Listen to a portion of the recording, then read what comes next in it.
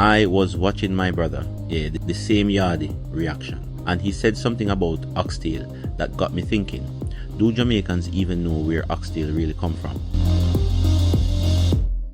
Oxtail wasn't always a fancy Sunday dinner. Back in the days of slavery, the tail of the cow was the part nobody wanted.